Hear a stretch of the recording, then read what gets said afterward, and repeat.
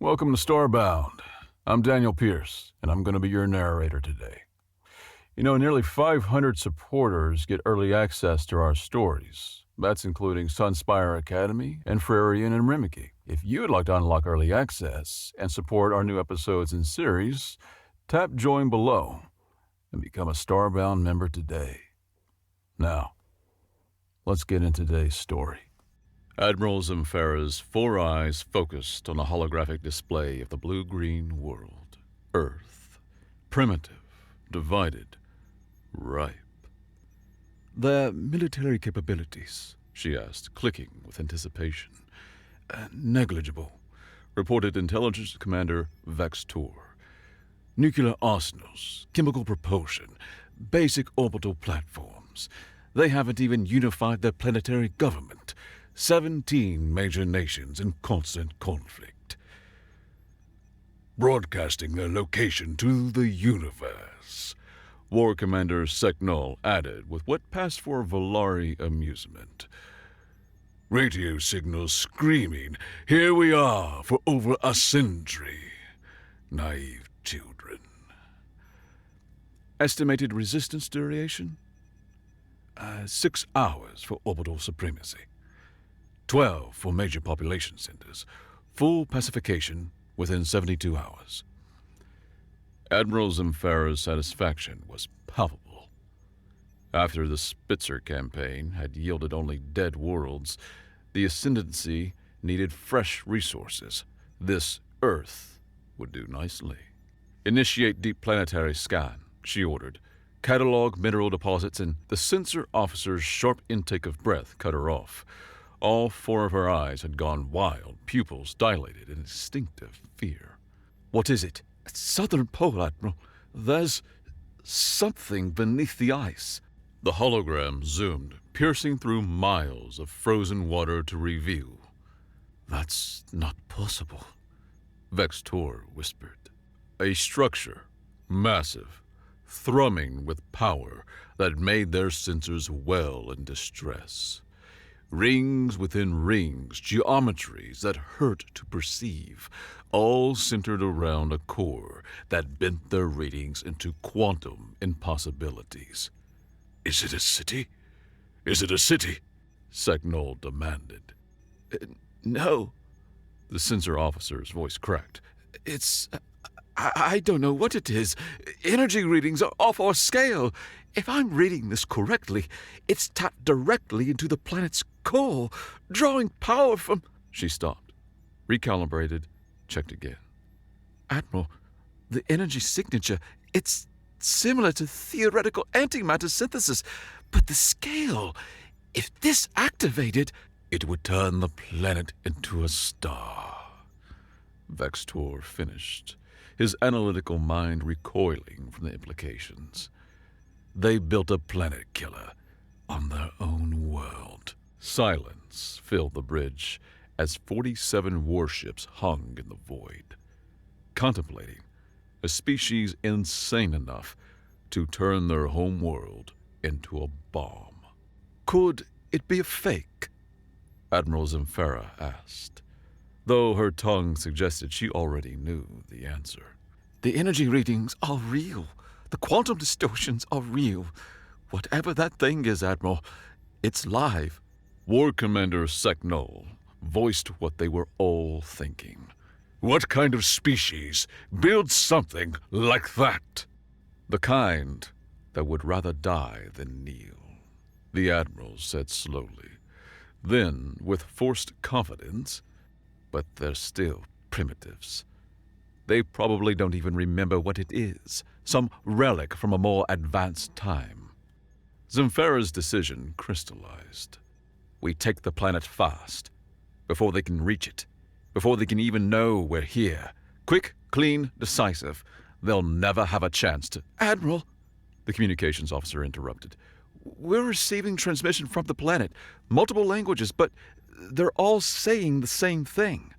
"What message?" The officer's mandibles clicked nervously as the words appeared on screen. "Welcome to Earth. Please state your intentions. Warning, planetary defense system armed. Current status, trigger ready." Admiral Zamfara stared at the message, then at the thing sleeping beneath Earth's ice. A dreadful thought occurred. What if it wasn't a relic? What if they knew exactly what they'd built? "Destroy their diplomatic station," she ordered, her voice harder than neutronium. "All ships prepare for rapid deployment. We hit them before they even know what's happening." But in her heart, a whisper of doubt had taken root. The kind of doubt that said, maybe, just maybe, they'd chosen the wrong planet to conquer. The kind of doubt that would prove prophetic. The Valari diplomat's eyes blinked in sequence, a gesture their xenobiologist assured the humans that it meant peaceful intentions. Ambassador Gleason smiled back, her hands folded neatly on the conference table aboard the orbital station Unity. "We appreciate your willingness to meet," Gleason said, her translator rendering the words into crystalline tones of Valari standard. "Humanity has long wondered if we were alone in the—" The diplomat's head vaporized. Not metaphorically.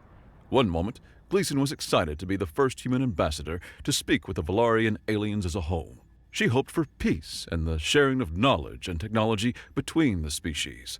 But the next moment, superheated plasma occupied the space where her wonderfully hopeful and naive thoughts used to live. Gleason's scream cut short as the Unity became several million pieces of high-velocity shrapnel. In the command centers across Earth, screens lit up with death notices before the light from the explosion reached terrestrial telescopes. The Valari Ascendancy's actual message was somewhat less nuanced than their diplomat's performance. 47 warships materialized in high orbit, their plasma cannons already cycling for bombardment. First contact lasted 11 minutes. The war that followed would last considerably longer. Colonel Edith Dela Cruz watched the tactical displays from Vanguard Station, a classified facility buried deep in the Patagonian mountains. The base was one of 12 identical installations built after the Spitzer incident 30 years ago, when humanity's deep space probes had found the radioactive graves of 17 civilizations, all destroyed by orbital bombardment. Someone out there liked to say hello with plasma fire. Project Planet Trigger had been humanity's insurance policy ever since. "Ma'am, we've lost contact with Beijing Command," Lieutenant Gibbs reported, his voice steady despite the world ending above him. "Moscow went dark 20 minutes ago. What about Washington?" "Gone. All with the entire eastern seaboard." Outside, through miles of rock and the most advanced shielding human paranoia could devise, they could feel the planet shake. The Valari were nothing if not thorough. Their plasma bombardments turned sand to glass, and glass to memory. "Activate contingency Omega," Dela Cruz ordered. "All Vanguard stations acknowledge." 11 confirmations came back. 12 stations had been built. They'd already lost one. "Maglev Tunnel to Station Omega is operational," Gibbs reported. "The train's ready." Station Omega, Antarctica, where humanity's greatest secret waited under 3 miles of ice. Not a weapon, but something far more ambitious. A reset button for the entire human race. "Signal all Vanguard personnel," Dela Cruz commanded. "Project Planet Trigger is now active." God help us all. Dr. Pavel Volkov had spent 17 years at Research Station Omega, and for the first 10, he had thought he was studying climate change. The truth, revealed only when he had solved certain quantum equations, was infinitely stranger. Station Omega wasn't a research facility. It was the control center for humanity's most audacious engineering project, a machine that couldn't exist, built with technology humanity shouldn't have, all based on the xenoarchaeological finds from the Spitzer graveyards. The Maglev train from Patagonia arrived in under an hour, carrying the surviving Vanguard command staff through tunnels bored by the same alien tech that powered the facility. As Colonel Delacruz stepped onto the platform, Volkov felt the weight of what came next. "Is it ready?" she asked with preamble. "It's been ready for 5 years," Pavel replied. "We just never thought we'd have to use it." They descended past the blast doors, 3 stories tall, titanium reinforced, and decorated with warnings in 47 languages.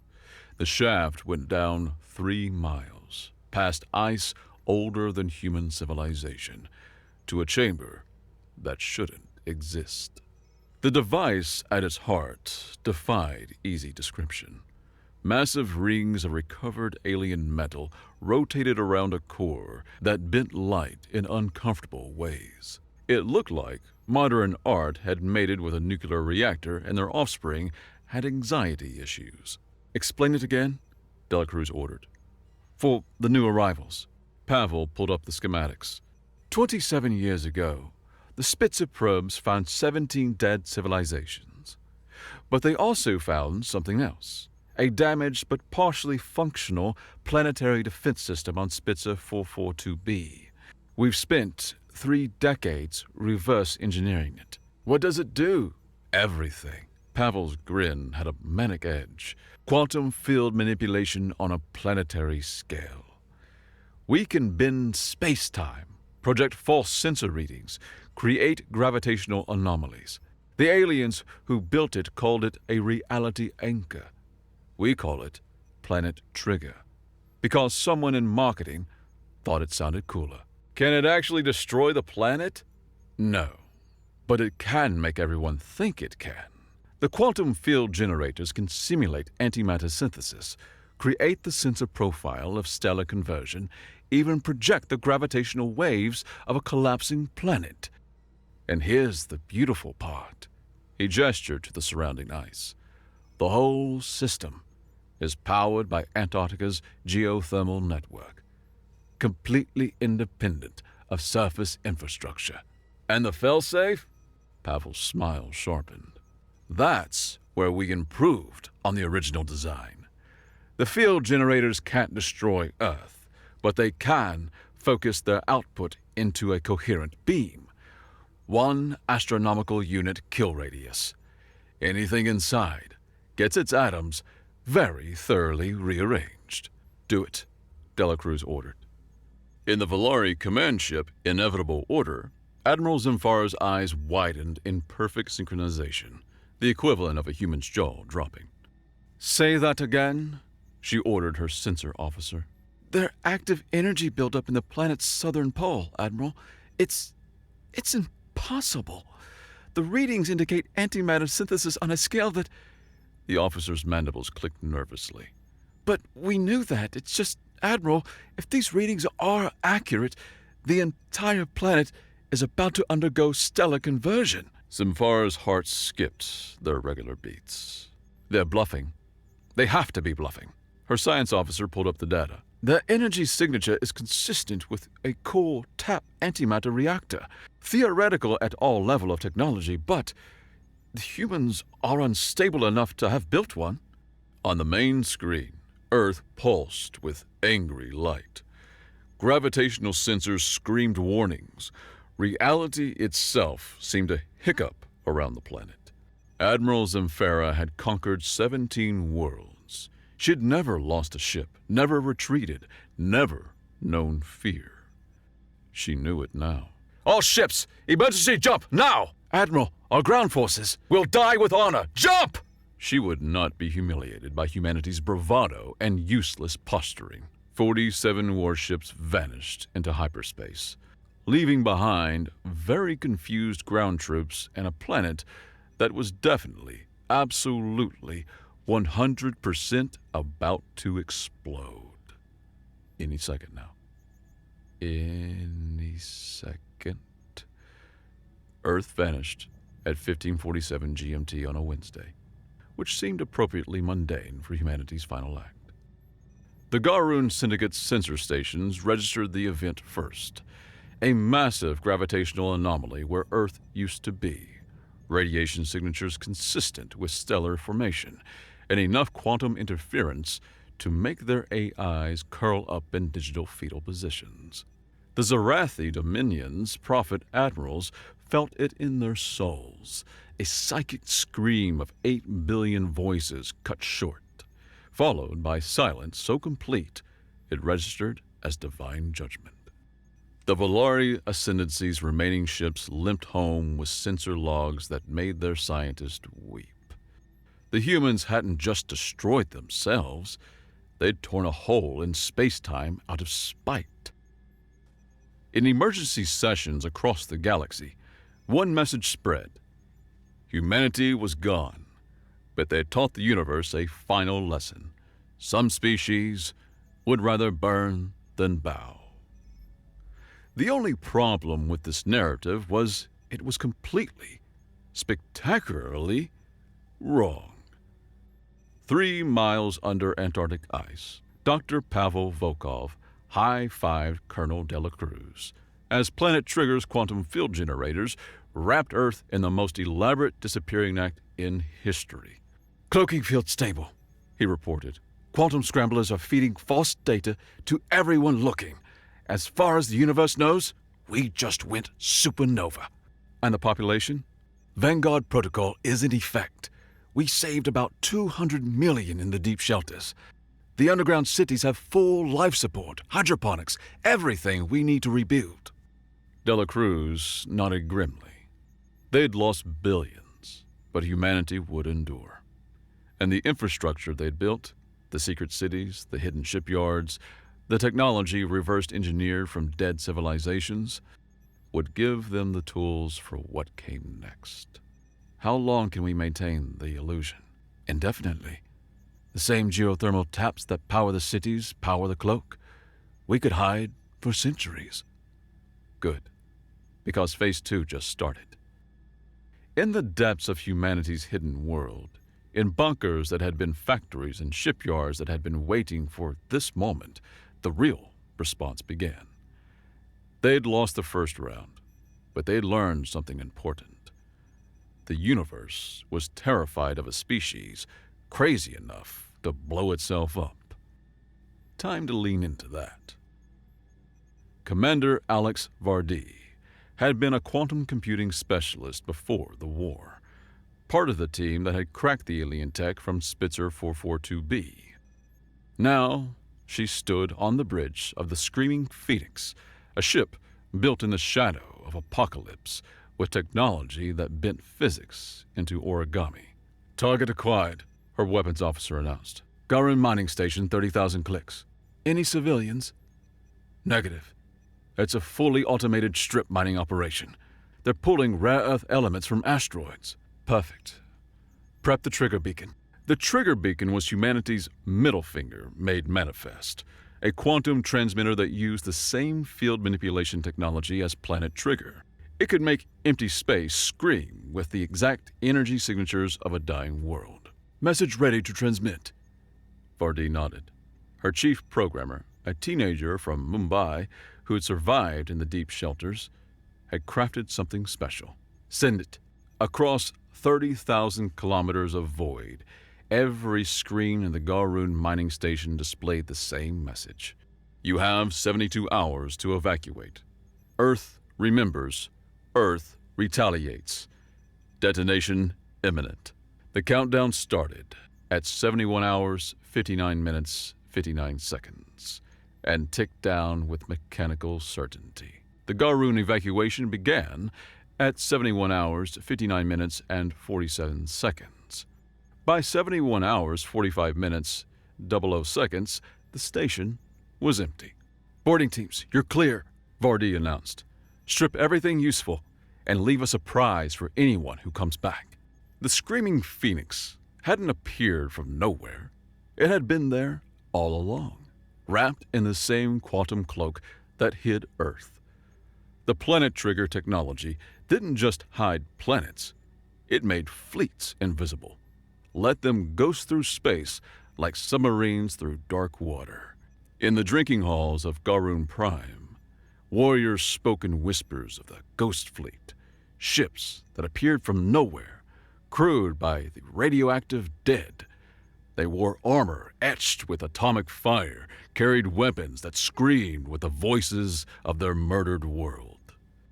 The stories grew with each telling. "They don't feel pain," a scarred veteran insisted, downing his fourth bottle of combat stims. "Shot one point blank. It laughed. Then its countdown started, and I ran. Whole squad. We just ran.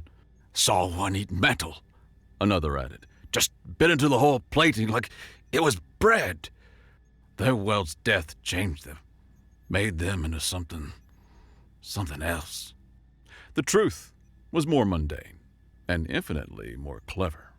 The radioactive armor was standard combat gear with LED strips powered by the same quantum batteries that ran their ships. The atomic screaming came from speakers broadcasting horror movie soundtracks mixed with quantum interference patterns that made alien nervous systems very unhappy. The soldier who'd laughed at being shot was high on adrenaline and wearing body armor enhanced with recovered shield technology. But the truth had never been humanity's concern. Fear was the goal, and fear was what they got.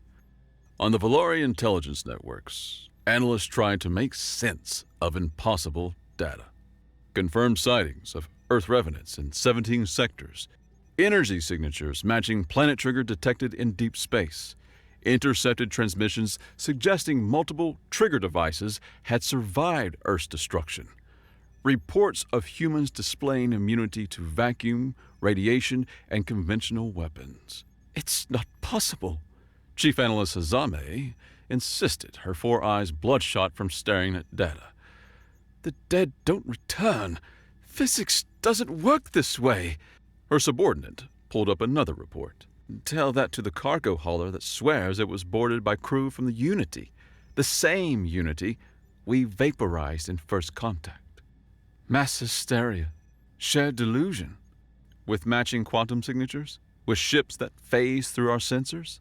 Hazame said nothing. The truth was staring at her from the data. The quantum signatures were too perfect, too consistent with the alien technology her people had cataloged but never understood. But admitting that meant admitting the humans had mastered technology beyond even the Valari.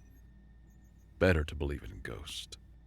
Elder Prophet Keshtari woke screaming, her cranial ridges flushed purple with divine terror.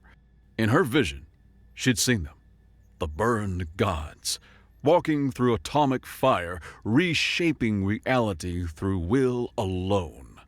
"Summon the War Council," she gasped to her attendants. "The demons walk among us." The Zarathi Dominion had built their empire on religious certainty. They knew their place in the cosmic order, understood divine hierarchy that placed them near the top. The humans had broken that certainty. "They died," War Prophet Deshval argued in the council chamber. "We have sensor logs. The planet burned." "Bodies die," Keshtari countered. "But what of souls touched by stellar fire? What of minds that chose annihilation over submission? They have become something new, something outside the natural order." She projected intercepted transmissions, garbled messages from human ships that shouldn't exist. "Phase 2 proceeding. The dead sail at dawn. Trigger Beacon 7 operational. Let them come. Earth remembers. Earth endures. Earth retaliates." "Coincidence," Deshval insisted. "Automated systems, echoes of the dead." Then, emergency power kicked in, bathing the chamber in blood-red light. On every screen, a single message appeared. The Valari started this war, but they were not alone. You watched, you waited, you did nothing. Earth remembers all. The message vanished, replaced by a countdown. 47 hours. 47 hours? Until what? Deshval demanded. In her soul, Keshtari knew. Until they come for us. The hack had been simple. The quantum computing systems derived from Planet Trigger's alien tech could crack Zarathi encryption like tissue paper, but the effect was everything humanity had hoped for. The neutral zone, a stretch of space claimed by no empire, policed by automated systems older than most civilizations. Here, in the shadow of a dead star, representatives of the galaxy's powers gathered. Admiral Zimfara spoke for the Volari. The human threat must be addressed. Their ghost fleet has disrupted shipping in 70 sectors. Ghost fleet? War Master Grimmeth of the Garoon Syndicate laughed, a sound sounding like grinding stone. Call them what they are. Demons, undead. The war changed. Superstition. Zimfara's mandibles clicked dismissively. They're survivors using psychological warfare. Survivors of planetary annihilation. Elder Prophet Keshtari's voice carried the weight of visions. They chose death over defeat, and death sent them back. The argument might have continued for hours, but the station's alarms chose that moment to scream. A ship materialized at the edge of sensor range, not appearing from hyperspace, but fading into existence like a photograph developing in reverse, the quantum cloak dropping just enough to be seen, to be feared. It was impossible, cobbled together from parts of a dozen different vessels, held together by what looked like hope and nuclear duct tape. Its energy signature made nearby sensors weep digital tears. On every screen in the station, a figure appeared. Human, female, wearing armor that seemed to shift between solid and shadow. Commander Alex Vardy had come to deliver a message. Distinguished representatives, she began, her voice carrying static and quantum interference that made even the Garoon warriors shift uncomfortably. I bring greetings from Earth.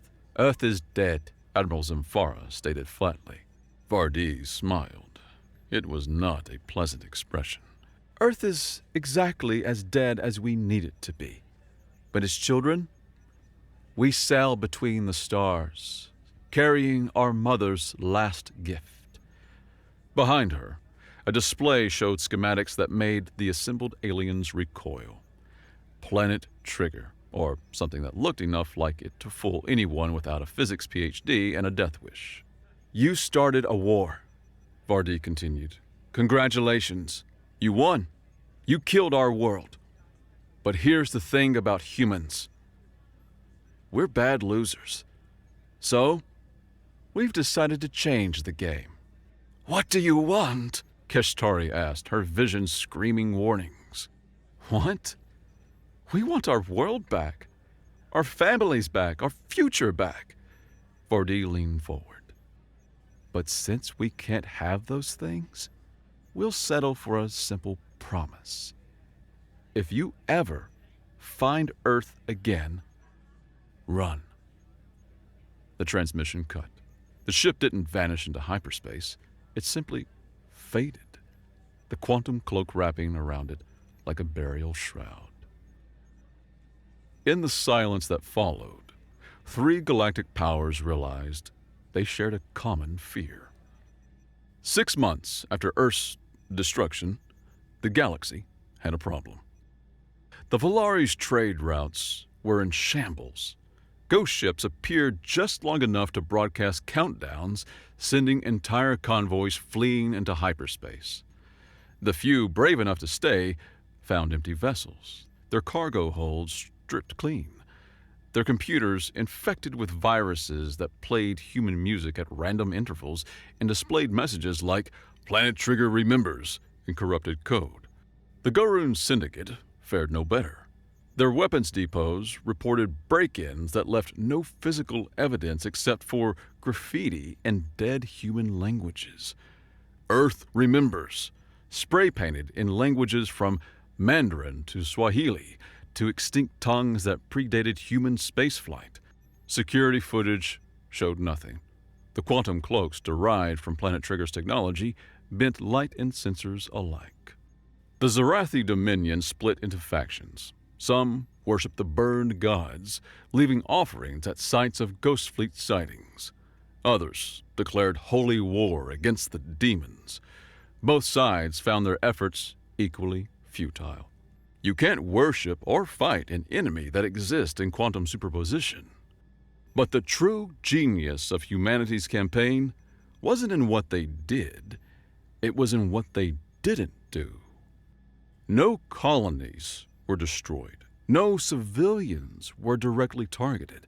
No worlds were actually threatened with antimatter annihilation.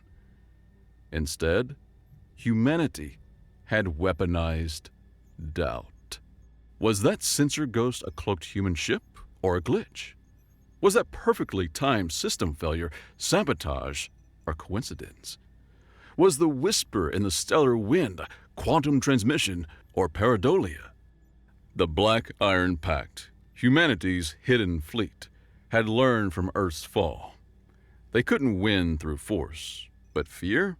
Fear was a force multiplier that turned every shadow into a threat, every anomaly into an attack. And in the deep spaces between stars, where light took years to travel and help was always too far away, fear was king. Sub-analyst Quith was what the Valari called a statistical deviant, too curious for her own good, too stubborn to accept convenient answers. While her superiors wrote reports about quantum ghost and psychosomatic mass hysteria, she dug into data. The patterns were too perfect, too consistent, too human. "Look at this," she told her colleague, projecting holographic data streams. "Every ghost fleet sightings corresponds with localized quantum field distortions, the same kind recorded during Earth's destruction. So, what if Earth's destruction was itself a quantum event? What if they didn't die, they just shifted?" Her colleague's four eyes narrowed. "You're suggesting the humans achieved quantum transcendence?" "I'm suggesting," Quith said carefully, "that we've been looking at this wrong. We assumed that technology was inferior because their ships were. But what if they had something else? Something they kept hidden?" She pulled up classified xenoarchaeology reports, data about the 17 dead civilizations found by human probes decades ago. One detail had always bothered her. Spitzer 442b showed signs of technology far beyond anything in known space. Technology that had failed to save them, but technology nonetheless. "What if the humans found something out there?" she muttered, running quantum analysis protocols. "What if they've been preparing for this longer than we thought?" The breakthrough came at 3:47 a.m. ship time. Buried in the quantum noise of Earth's detonation was a pattern. Not random cosmic screaming, but structured data. A carrier wave hidden in the static of a dying world. It was elegant, brilliant, and completely artificial. "Oh, you beautiful, insane bastards," Quith whispered, staring at proof that humanity's greatest magic trick wasn't making their planet disappear. It was making everyone believe it had. Grand Admiral Zerkoth of the combined fleet stood on the bridge of the Certainty's End, watching 12 planets die. Each world was perfect. Each broadcast the exact energy signatures of Earth. Each was positioned in deep space, far from any system, existing only to be found and destroyed. "Target 7 eliminated," his weapons officer reported. "Shall we proceed to Target 8? Zerkoth stared at the debris field that had been another false Earth. The humans had seeded deep space with quantum projections, massive holographic constructs that screamed with Planet Trigger's distinctive signature. Each one a perfect replica down to the gravitational distortions. It was brilliant and infuriating. "Sir," his intelligence officer interrupted. "We're receiving reports of 3 or more Earth signatures in sectors 9, 17, and 23. How many of these things did they build?" "Unknown, sir, but—" The officer hesitated. "What if one of them is real?" That was the trap. Ignore them and risk leaving the actual Earth hidden somewhere. Destroy them all and waste resources chasing shadows while the ghost fleet grew bolder. "Continue the operation," Zerkoth ordered. "Destroy them all." He didn't see the smile on his navigation officer's face. He didn't know that Ensign Tarek had been compromised through quantum-encrypted messages. His loyalty purchased with promises of survival when the ghost came calling. Every coordinate the combined fleet received came through navigation. Every Earth they found was exactly where humanity wanted them to look. And while the galaxy's greatest armada chased shadows in deep space, the real fleet prepared for war. Earth had been hidden for 18 months when Admiral Dela Cruz, promoted by unanimous vote of humanity's survivors, called the War Council. The chamber was carved from Antarctic rock, part of the vast complex that had grown around Planet Trigger. What had begun as a single installation had become a city, home to millions who had survived in the deep shelters and now worked to ensure humanity's future. Around the table sat humanity's new leadership, soldiers and scientists, engineers and artists, united by survival and a shared appreciation for cosmic pranks. Phase 3, Dela Cruz announced, projecting star charts. "We've spent 1.5 years making them afraid. Now, we make them believers." The Valari homeworld? Commander Vardy guessed. "All of them," Dela Cruz corrected. "Simultaneous strikes on 17 major worlds. Not to destroy, to demonstrate." Dr. Volkov raised an eyebrow. "Demonstrate what?" "That we could have ended them at any time," Dela Cruz smiled, and chose not to. The plan was audacious, even by human standards. The Ghost Fleet would appear in force over 17 capitals, weapons-powered but not firing. They'd broadcast the truth, or enough of it to matter. Show the galaxy that Earth lived, that Planet Trigger was humanity's greatest bluff, and that the war could end with words instead of antimatter. "They'll never believe us," someone argued. "They will," Vardy countered. "When we demonstrate the real Trigger failsafe." The room went quiet.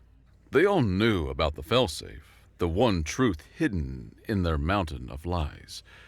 Planet Trigger couldn't destroy Earth, but its quantum field generators could absolutely vaporize anything within 1 astronomical unit. It had never been a doomsday weapon. It had been a very, very large gun pointed at the sky. The skies over Valari Prime erupted with light as 17 human vessels materialized in perfect synchronization. Not the cobbled-together nightmares of Ghost Fleet legend, but sleek warships built in hidden shipyards, powered by quantum generators and human bloody mightiness.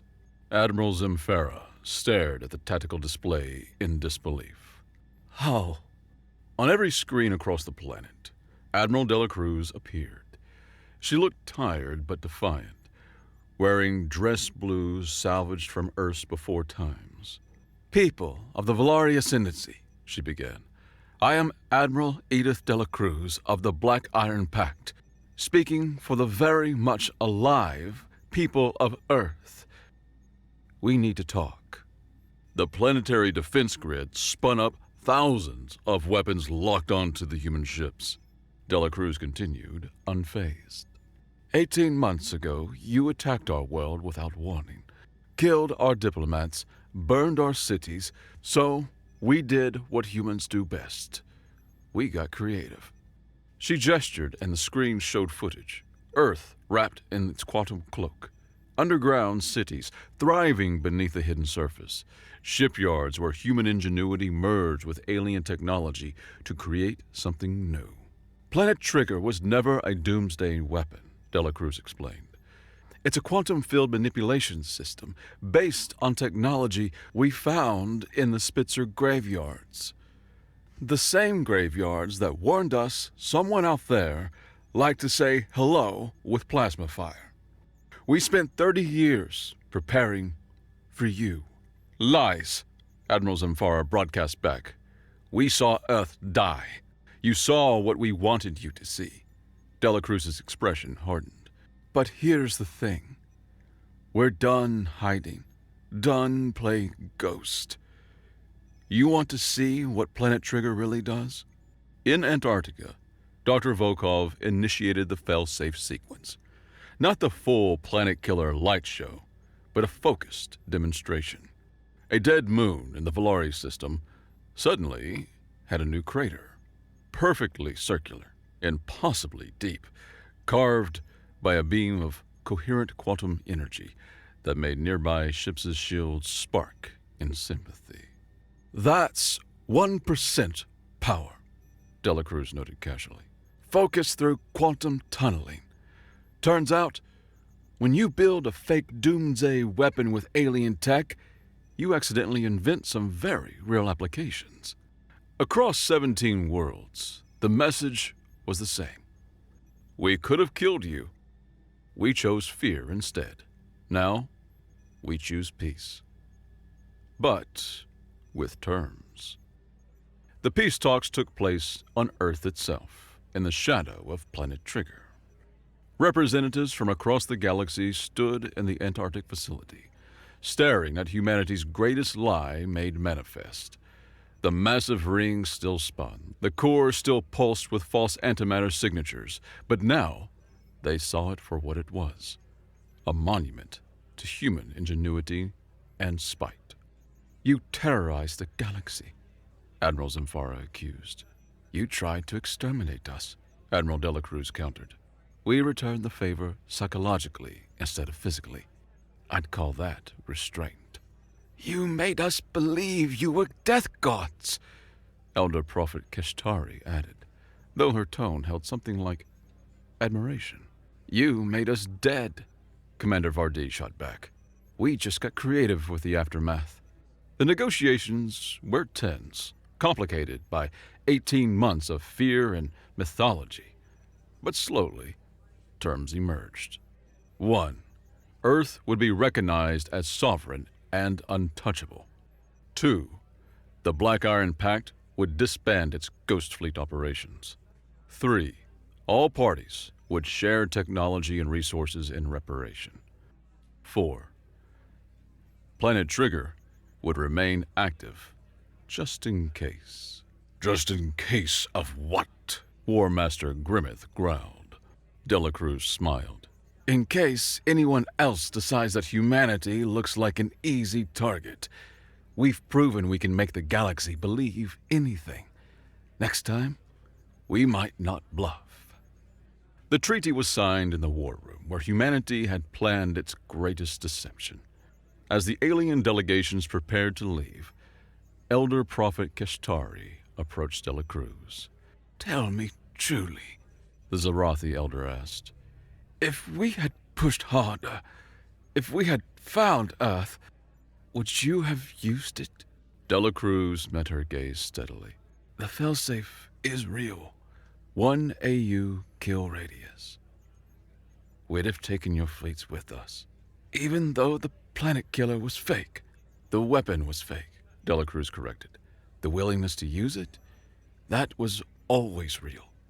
We just found a way to win without pulling the trigger. Keshtari's ridges flushed with what might have been respect. The burn gods indeed. As the alien ships departed Earth's now visible skies, Dr. Volkov found Dela Cruz standing before Planet Trigger's control console. We could turn it off now, he suggested. The war's over. No, Dela Cruz decided. Let it run. Let it be a reminder. Of what? She smiled. and for the first time in 18 months, it reached her eyes. That humans are the species crazy enough to build a fake doomsday weapon so convincing that we scared ourselves. That we spent 30 years preparing for this moment because we found dead civilizations and refused to join them. And that sometimes the best way to win a war is to make everyone too afraid to fight it. Above them, Earth spun on, no longer hidden, no longer alone, but forever marked as the world that called the universe's bluff and won. 5 years after the Treaty of Antarctica, the galaxy had adapted to a new reality. The Spitzer graveyards were no longer monuments to extinction, but warnings that had saved at least one civilization. Humanity's paranoid preparations, their decades of reverse engineering dead aliens' last defenses, had paid off in ways no one could have predicted. Children across the galaxy still played Ghosts and Humans. Scholars wrote dissertations on the Phantom War. Military academies taught courses on psychological warfare, using humanity as the prime example, though they also studied the very real technology behind the illusions. But in the bars and ports where truth went to die, spacers still whispered about the Ghost Fleet, ships that appeared from nowhere, humans who had laughed at death, Planet Trigger sleeping beneath Antarctic ice, waiting for someone foolish enough to test humanity's resolve. The Valari developed a saying: never fight the humans. They'll make you believe you already lost. The Garoon turned it into a drinking song about warriors too stubborn to die properly.